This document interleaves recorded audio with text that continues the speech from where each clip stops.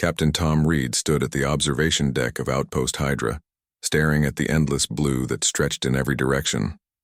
Hydra 9 was nothing but water as far as the eye could see. No land, no islands, just waves, clouds, and the occasional storm. Another beautiful day in paradise, he muttered to himself. The floating outpost bobbed gently on the planet's surface, its stabilizers working overtime during the stronger waves. Reed had been stationed here for 6 months now, and each day felt longer than the last. This assignment wasn't a promotion, it was a punishment. Water worlds like Hydra 9 were considered useless by the Earth Alliance, too difficult to mine, impossible to colonize properly, and a nightmare to defend. The perfect place to send troublesome officers who weren't quite bad enough to discharge but too problematic to keep at important posts. A soft chime from his comm unit broke his thoughts. "Captain, you're needed in the command center," came the voice of Lieutenant Maria Hill, his second in command. Reed sighed. "On my way." The corridors of Outpost Hydra were cramped and utilitarian. The Alliance hadn't wasted resources on comfort for this backwater posting. As Reed walked, maintenance droids scurried past, constantly battling the corrosion from salt air that threatened every surface. The command center was a small room with screens showing the outpost systems, the surrounding sea, and the vast emptiness of space above them. Lieutenant Hill stood at the main console, her dark hair pulled back tightly, her uniform perfectly pressed despite the humidity. Unlike Reed, Hill seemed to treat this posting as a challenge rather than a punishment. "What's the situation, Lieutenant?" Reed asked. "Long-range sensors picked up unusual activity at the edge of our system," she replied, pointing to a blinking dot on the screen. "Talon Empire signatures." Reed frowned.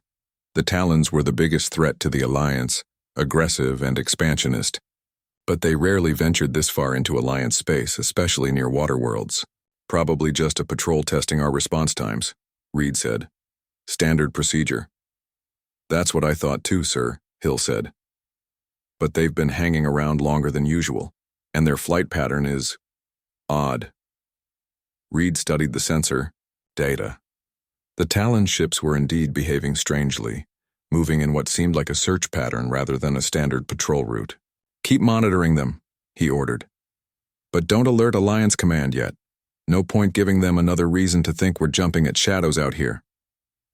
"Yes, sir," Hill replied, though her expression showed she didn't entirely agree.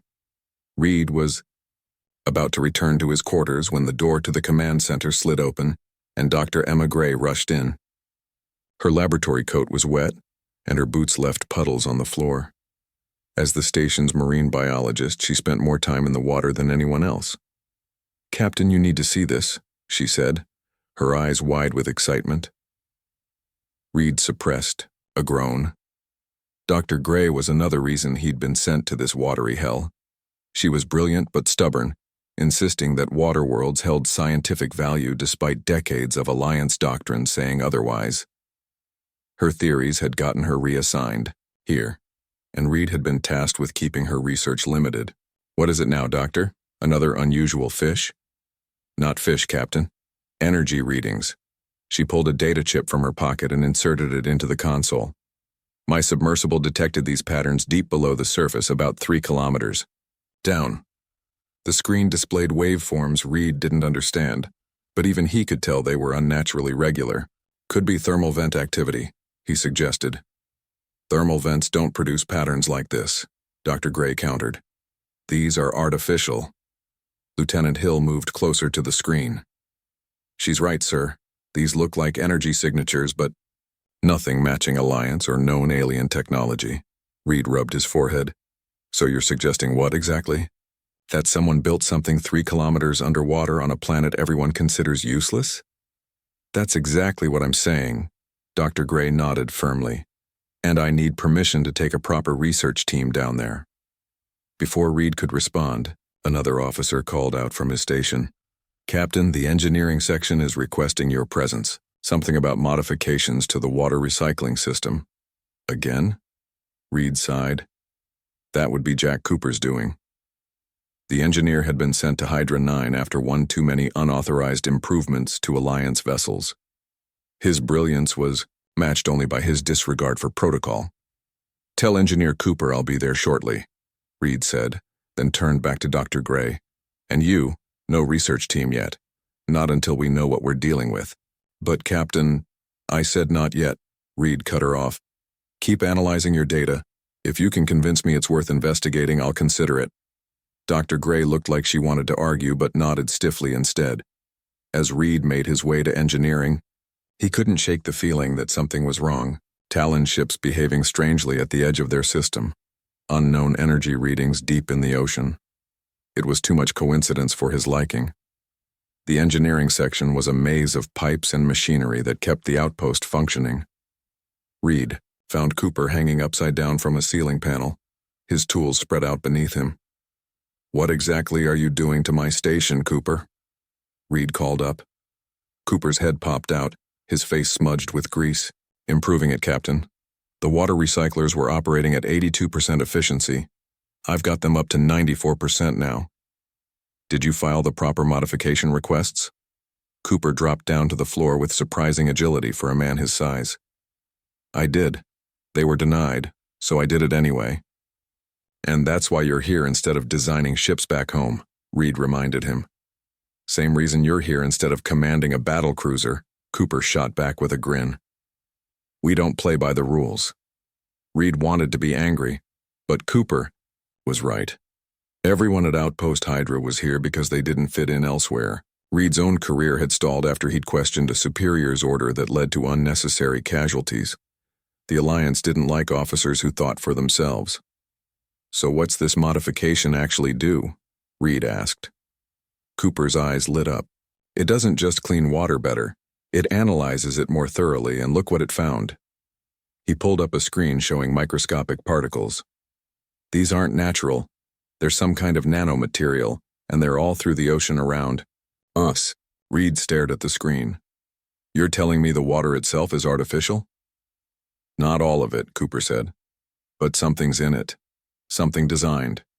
Reed's comm unit chimed again. "Captain to the command center, urgent." Hill's voice came through, tension clear in her tone. When Reed arrived, Hill was standing at the main view screen. "The Talon ships have changed course. They're heading directly for us, full speed." Reed watched the red dots moving across the screen. This wasn't a patrol. This was an attack formation. "Battle stations," he ordered, "and get me Alliance command." As the alarm blared throughout the outpost, Reed looked out the viewport at the endless ocean. For centuries, the Alliance had seen water worlds as useless death traps, places to be avoided or used as punishment postings. Now, as Talon warships approached and unknown technology lurked beneath the waves, Reed wondered if they'd all been wrong about these planets. Maybe water worlds weren't death traps. Maybe they were the key to something greater. Something the Talons had discovered first, and that made them dangerous indeed. "Talon ships will be within firing range in 20 minutes, Lieutenant Hill announced, her fingers moving quickly across the command console. Captain Reed watched the approaching red dots on the screen. Outpost Hydra wasn't built for battle. It had basic shields and a few defensive weapons, but nothing that could stand against a proper Talon attack force. "Any response from Alliance Command?" Reed asked. Communications Officer Parker shook his head. "Still nothing, sir. The signal's getting through, but they're not answering."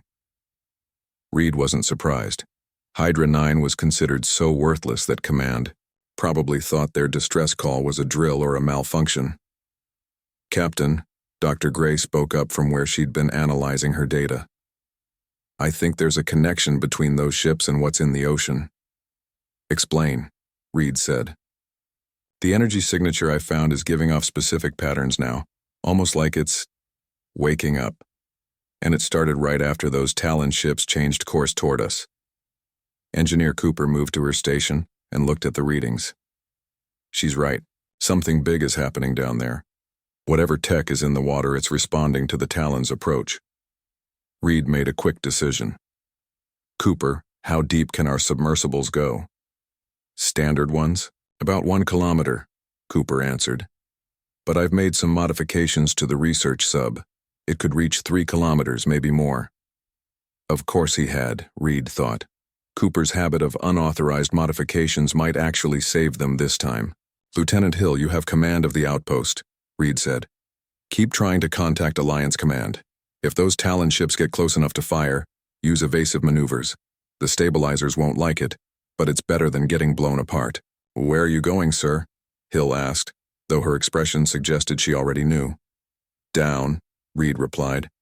Dr. Gray, Cooper, with me. We're going to see what's got the Talons so interested in this supposedly worthless planet.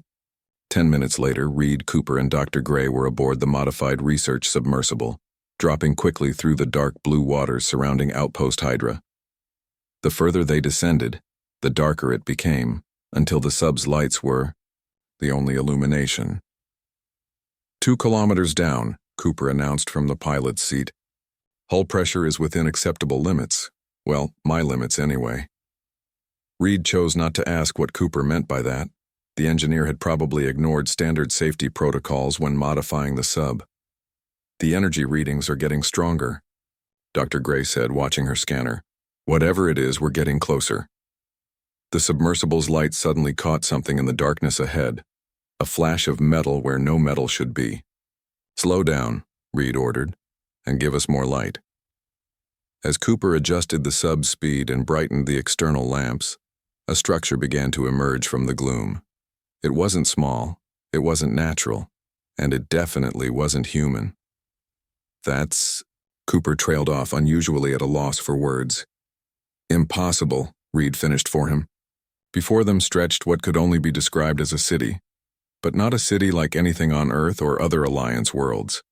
This was a structure that seemed to be both metal and organic, with curved walls and twisting towers that moved with the ocean currents yet held their position. Lights flickered within, pale blue and green, illuminating what appeared to be windows or openings. It's beautiful, Dr. Gray whispered. An entire underwater civilization. But who built it? Reed asked, and when? The Alliance has surveyed this planet multiple times. How did they miss something this big? Cooper was checking the sub's instruments. These readings don't make sense. The structure is there, we can see it, but it's not showing up on sonar, the way it should. It's like it's hiding itself. Dr. Gray pointed to what appeared to be an opening, large enough for their submersible to enter. Look, I think that's an entrance. You want us to just drive into the mysterious underwater alien structure? Reed asked incredulously. Don't you? She replied. Before Reed could answer, the sub's communication system crackled to life.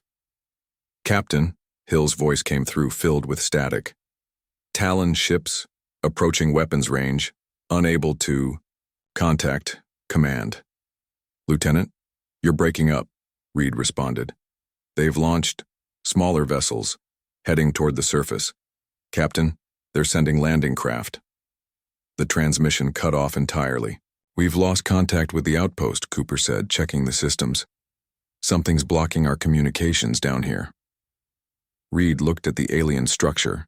The Talons were attacking the outpost, sending troops to the planet's surface. Whatever was down here, they wanted it badly. Take us in, he ordered, carefully. Cooper guided the submersible through the opening, which led to a kind of underwater dock or bay. As they entered, lights activated along the walls, as if responding to their presence. The system's recognizing us, Dr. Gray said excitedly. It's still operational after who knows how long. Cooper brought the sub to a stop inside the structure. Scans showed the area had been drained of water, creating an air pocket.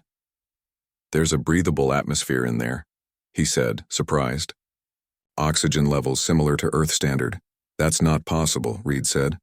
This structure could be thousands of years old. Yet here we are, Dr. Gray replied. Should we go out and look? It was reckless. It was against every protocol. But with Talon forces attacking their outpost and no help coming from Alliance Command, they needed answers. Suit up, Reed ordered. We'll take basic weapons and breathing gear as a precaution. The 3 of them donned light environmental suits and checked their equipment. The submersible's airlock cycled, and they stepped out into the alien structure. The interior was even more remarkable than the outside. The walls seemed to pulse with light that followed their movements.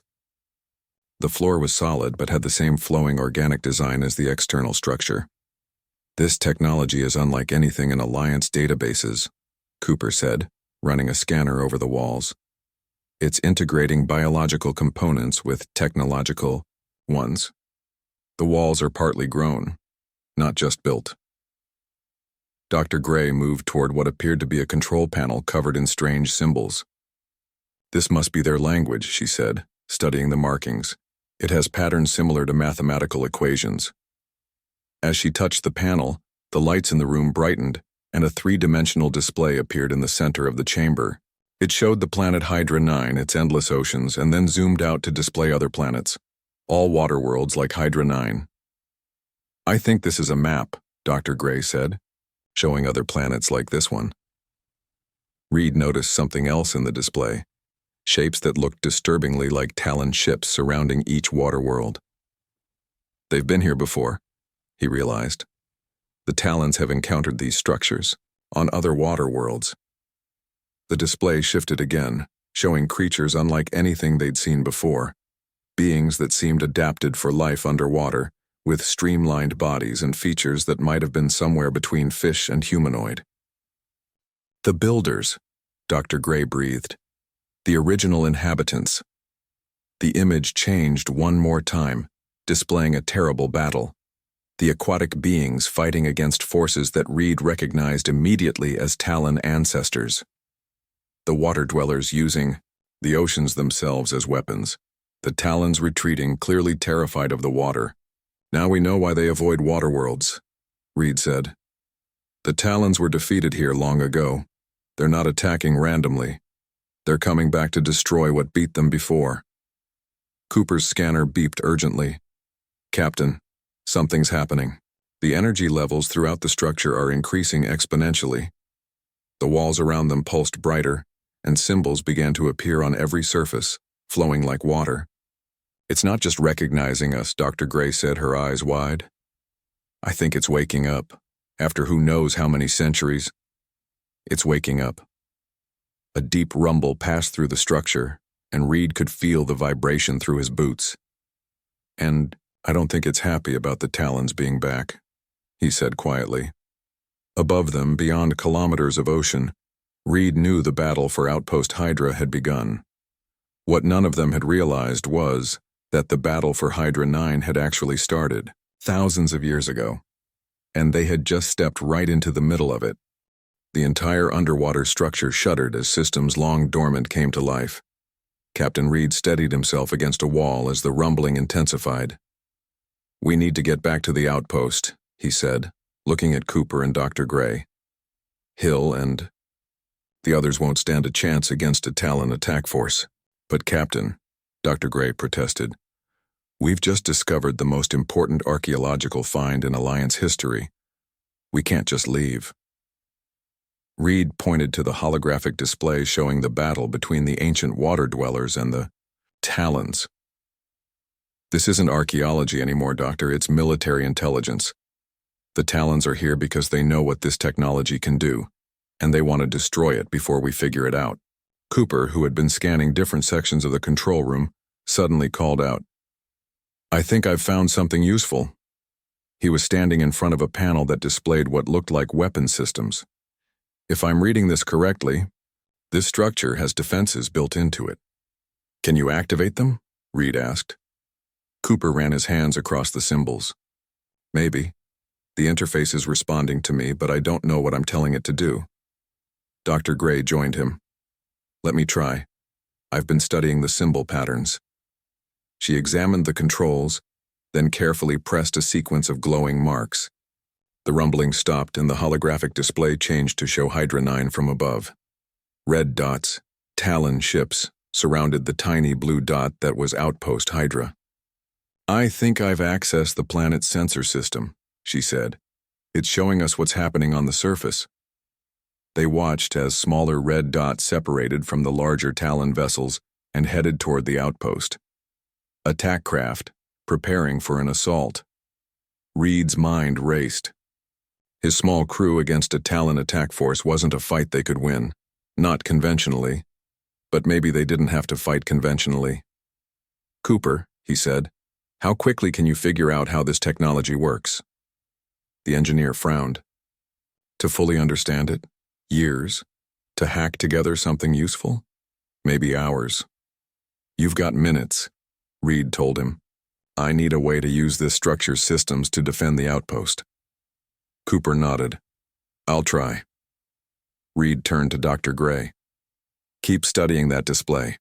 Learn everything you can about what this place can do." "What are you going to do?" she asked. Reed checked his weapon. "I'm going to try to contact the outpost." He looked around the chamber. "There must be a way to boost our signal through all this water." Cooper pointed to a section of the room that looked different from the rest. "Try over there. The material is similar to what we use in communication arrays." Reed moved to the area Cooper indicated and activated his comm unit. "Reed to Outpost Hydra. Lieutenant Hill, do you copy?" At first, there was only static. Then, faintly, Hill's voice came through. "Captain, we barely read you. Talon forces and boarding attempts repelled first wave. Won't last much longer. Hold them off, Lieutenant. We found something that might help. Just keep them from destroying the outpost for a little longer." "We'll try, sir." The communication cut off. Reed rejoined the others. Cooper was working frantically at the alien controls, occasionally muttering to himself. Dr. Gray was still studying the holographic display, which now showed different layers of the ocean around them. "Any progress?" Reed asked. "I think I understand what this place was designed to do," Dr. Gray said. "The beings who built it, let's call them Hydrans, they didn't just live underwater. They controlled it. The water itself was their weapon and their shield." Cooper looked up from his work. "She's right. This tech doesn't fight against the ocean. It works with it. It can manipulate water pressure, temperature, even create targeted currents." "Can we use it to stop the Talons?" Reed asked. Cooper nodded slowly. "I think so, but not from here. The main control systems must be in a different chamber. This is just an outpost monitoring station." Dr. Gray pointed to the display. "Look, there's a larger chamber below us. That must be the central control room." "How do we get there?" Reed asked. "I found something that might be a transport system," Cooper said, indicating a circular section of the floor that was glowing faintly. "Stand here." The three of them moved onto the glowing circle.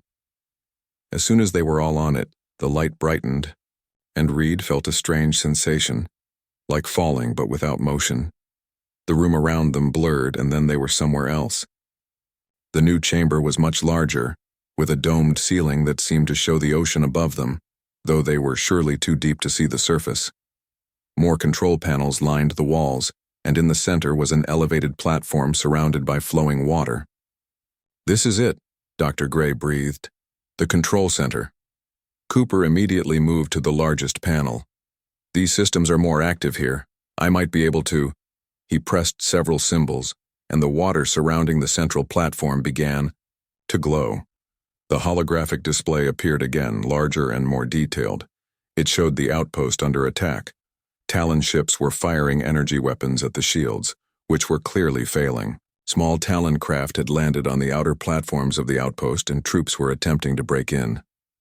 "They're about to breach the command center," Reed said grimly. Cooper worked faster. "I've almost got it. There." He pressed a final symbol, and the entire chamber hummed with power. On the display, they could see the ocean around Outpost Hydra beginning to move strangely. Massive currents formed, creating whirlpools around the Talon landing craft. The smaller vessels were pulled from their docking points and dragged underwater. The larger Talon ships, hovering above the surface, rocked violently as enormous waves crashed against them. "It's working," Dr. Gray exclaimed. But the Talons adapted quickly. Their larger ships moved higher, out of reach of the waves, and continued firing at the outpost. "We need more," Reed said. "Can you increase the power?" Cooper nodded and adjusted the controls. The humming grew louder. On the display, columns of water shot upward from the ocean's surface, striking the Talon ships with incredible force. One smaller vessel lost control and crashed into the water. The others pulled back, clearly surprised by the attack. Reed's comm unit crackled to life. "Captain?" Hill's voice was clearer now. "What's happening? The ocean just saved us." "It's the planet's defense system," Reed replied. "We've activated it from an underwater structure. How's the outpost?" "Shields at 30%, minor breaches on the lower levels, but the Talons are retreating." On the display, they could see the Talon ships pulling away from the outpost, but they weren't leaving the planet. They were regrouping. "They'll be back," Reed said. "With more ships and a better plan, we need to prepare." Dr. Gray had moved to a different section of the control room. "Captain, look at this." She was pointing to a display showing what appeared to be mechanical objects scattered across the ocean floor. "I think these are drones or submersibles. If we could activate them." Cooper joined her. "She's right. There's an entire defense network down here. Submersible vehicles, automated defense platforms. The Hydrans built an underwater army." Reed thought quickly. The Alliance had always seen water worlds as death traps, difficult to defend, impossible to control. But the Hydrans had turned that perceived weakness into their greatest strength. They hadn't fought against the ocean, they had used it as their weapon. "Cooper, can you activate those underwater defenses?" Reed asked. The engineer studied the controls. "I think so, but I'll need time." "Time is something we don't have much of," Reed said, looking at the display where the Talon ships were forming a new attack pattern. "But we have something they don't." "What's that?" Dr. Gray asked. Reed smiled grimly. "The home field advantage. They fear the water. We're going to make them remember why."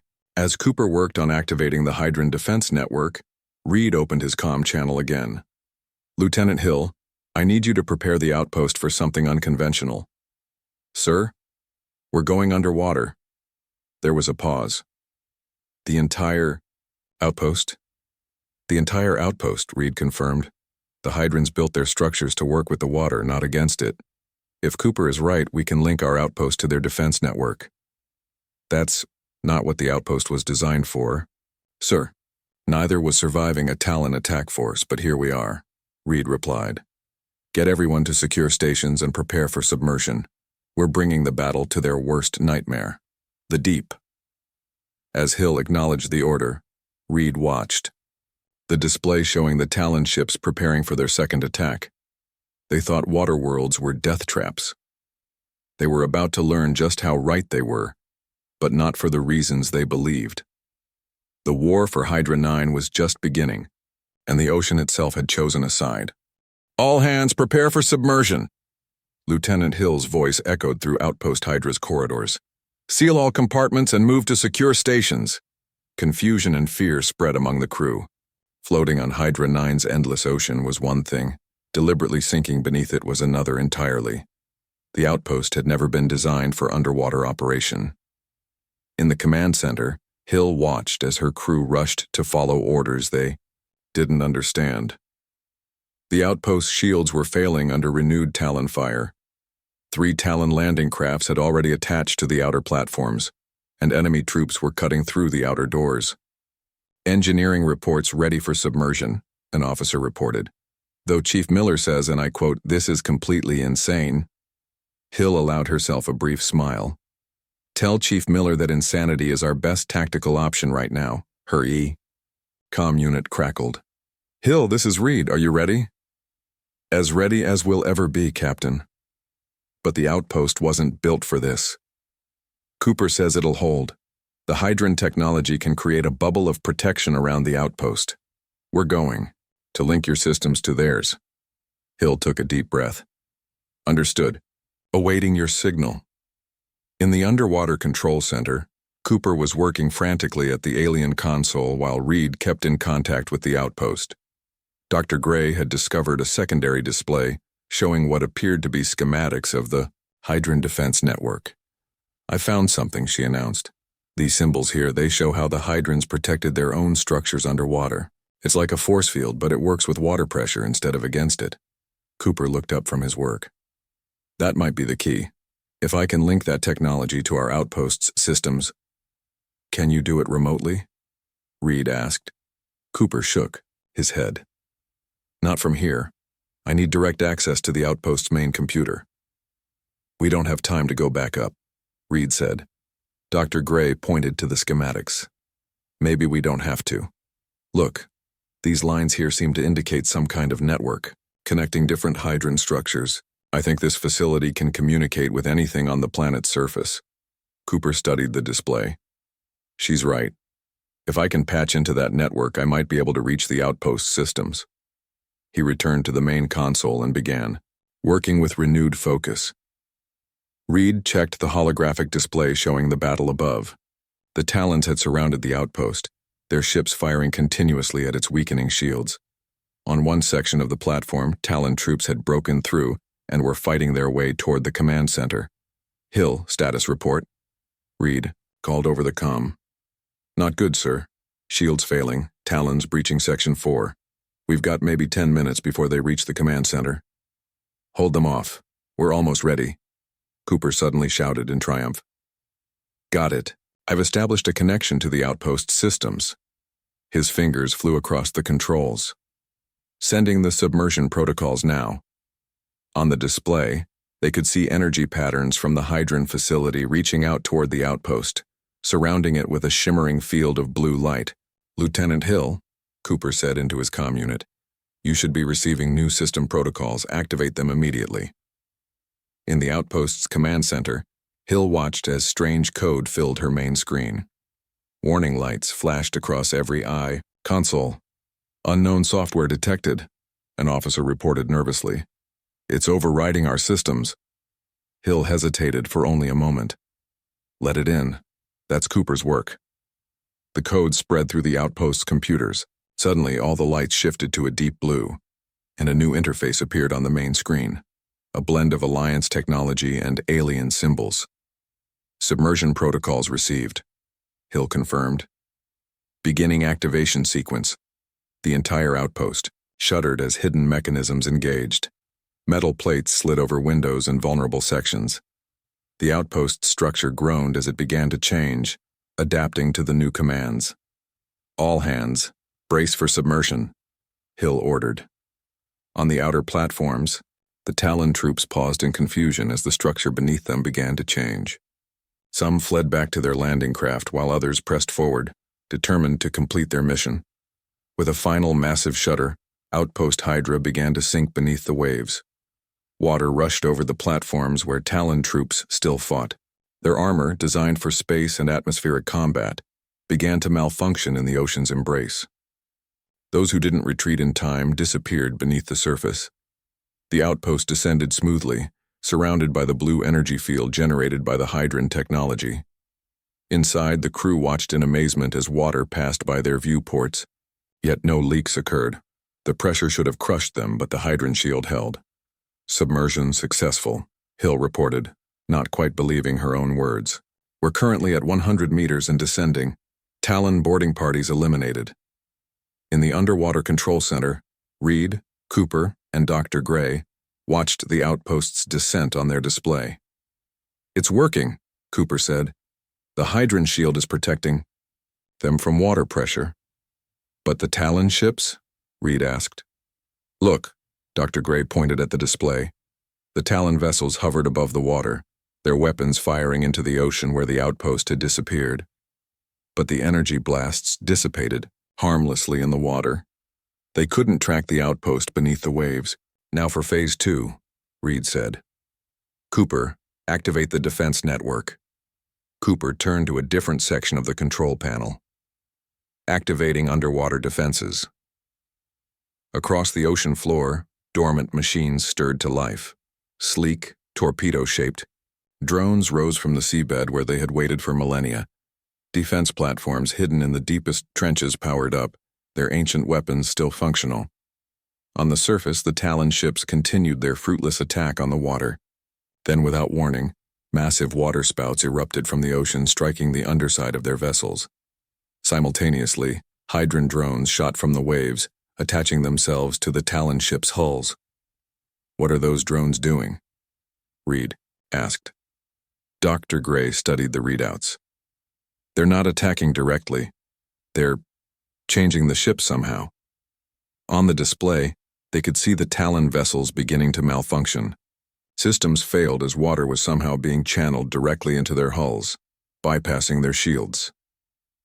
The Hydrans knew exactly how to fight the Talons, Cooper said in admiration. Their whole defense system is designed specifically to exploit the Talons' weakness, their fear of water. Several smaller Talon ships began to fall from the sky, crashing into the ocean as their systems failed completely. The larger vessels pulled back, retreating to a safer distance. Reed's comm unit activated. Captain, this is Hill. The Talons are retreating from our immediate airspace, but our sensors show more ships entering the system. They're calling for reinforcements, Reed said grimly. The display confirmed Hill's report. More Talon ships were approaching Hydra 9, a much larger fleet than the initial attack force. They really want this technology destroyed, Cooper observed. Dr. Gray had been examining another section of the control room. Captain, I think I've found something important. She pointed to a small chamber off to the side, where a pedestal held what looked like a communication device. This might be able to send signals to other water worlds. Reed joined her. You think there are other facilities like this one on other planets? According to the Hydran records, yes, they built these defense systems on many water worlds. Reed stared at the communication device. The Alliance had ignored water worlds for centuries, seeing them as worthless. Meanwhile, an entire network of ancient but powerful technology had lain dormant beneath their waves. If we could activate defenses on other water worlds, Reed began. We could create a network, Cooper finished, understanding immediately. A defense grid spanning multiple planets. Reed made his decision. Dr. Gray, figure out how to use that communication device. Cooper, continue integrating our outpost with the Hydran systems. What are you going to do, Captain? Dr. Gray asked. Reed looked at the display showing the approaching Talon fleet. I'm going to contact Alliance Command again, and this time, they're going to listen. He activated his comm unit. Outpost Hydra, prepare to transmit a Priority 1 message to Alliance headquarters. Include all our data on the Hydran technology. Yes, sir, Hill responded. But will they believe us? Reed watched as the underwater drones formed protective formations around the submerged outpost. They'll have to, because this isn't just about defending one outpost anymore. He looked at the star map showing other water worlds throughout Alliance space. This is about changing the way we fight. The Talons had always avoided water worlds because they knew what the Alliance had forgotten. These planets weren't death traps. They were fortresses, waiting for someone to unlock their power. And now, Reed and his crew of outcasts had done exactly that. 3 days later, Captain Tom Reed stood in the rebuilt command center of Outpost Hydra, now permanently positioned underwater at a depth of 500 meters. Through the reinforced viewports, he could see Hydran drones patrolling the waters, and schools of bioluminescent fish swimming through ancient alien structures that had been hidden for millennia. The outpost had changed dramatically. Hydran technology had been integrated throughout its systems, creating a hybrid of human and alien engineering. What had once been a punishment posting was now the most important Alliance facility in the sector. Admiral West's fleet has entered the system, Lieutenant Hill reported from her station. 5 battle cruisers, 12 support vessels. Reed nodded. He had served under Admiral Ben West years ago, before the incident that had derailed his career. West had been one of the officers who had approved Reed's reassignment to Hydra 9. Now the Admiral was coming to see the discovery that was changing Alliance military strategy. Prepare the submersible bay, Reed ordered. And make sure Dr. Gray and Cooper are present for the Admiral's arrival. As Hill carried out his orders, Reed thought about the past 3 days. The Talon reinforcements had arrived as expected, but they had been met with the full force of the activated Hydran defense network. Waterspouts had damaged their ships, drones had infiltrated their systems, and carefully manipulated ocean currents had made it impossible for them to launch landing craft. Messages sent from Dr. Gray's discovery, the Hydran communication device, had reached 2 other water worlds in nearby systems. Ancient defenses on those planets had awakened as well, creating a coordinated defense network that had caught the Talons completely by surprise. When Alliance Command had finally responded to Reed's transmissions, they had been skeptical until he had sent them visual proof, footage of Talon warships being defeated by water itself. That had gotten their attention quickly. "Captain," Cooper's voice came over the comm. "You might want to come down to Lab 3. We've found something interesting in the deeper Hydran chambers." "On my way," Reed replied. "Hill, you have the command center. Alert me when Admiral West arrives." Reed made his way through the corridors of the outpost, now lit with the same blue-green light as the Hydran structures. Crew members nodded respectfully as he passed. The same outcasts who had been sent here as punishment were now heroes, the discoverers of technology that could change the balance of power in the war against the Talons. Lab 3 had been set up in what they now knew was a Hydran biological research center. Dr. Gray and Cooper were examining a large tank filled with clear water when Reed entered. "What have you found?" he asked. Dr. Gray looked up, her eyes bright with excitement. "We thought the Hydrans were extinct, but look at this." She pointed to the tank. At first, Reed saw nothing. Then a small, translucent creature about the size of his hand swam into view. It had a streamlined body, 6 delicate appendages, and large, intelligent eyes that studied Reed curiously. "Is that—" Reed began. "A Hydran," Dr. Gray confirmed. "A juvenile one, based on the records we've translated. There's an entire colony of them living in the deepest trenches of the ocean.